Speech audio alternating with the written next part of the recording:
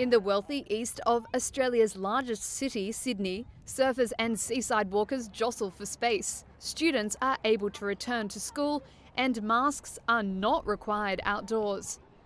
But in the city's west, one of the areas most densely populated by migrants in Australia, harsher restrictions and tougher policing have stoked resentment. People there are banned from leaving their homes and from any face-to-face work in an effort to contain COVID-19 infections.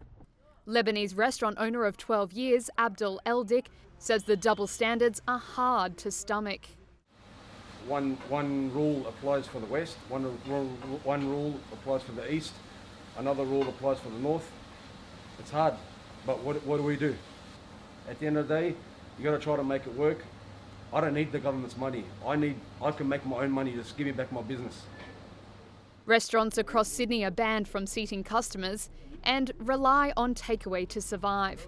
But the reduced income in the west, coupled with restricted movement, has severely dented sales. The city's lockdown has exposed its socio-economic divide as it battles to contain its worst outbreak of the pandemic.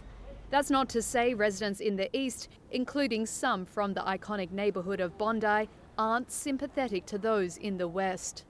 I feel for them horribly. I think it's really tough, and as I say, I think there's a lot of people out there that need to go to work. You know, they're doing a lot more of your kind of building site jobs, your hospitality jobs, and that's tough. And if you're wondering where the rent's coming from, like, you got to go out and do stuff. Amid questions about the effectiveness of Sydney's lockdown, New South Wales authorities said police have been asked to step up checks on how many people were being allowed inside small shops at the same time.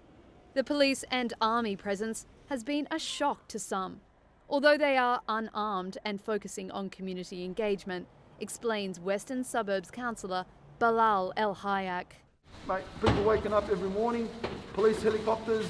I got a call last night at midnight, a message at midnight last night with someone complaining that their kids can't go to sleep because there's a helicopter on top of their house flying very low. It is tough times.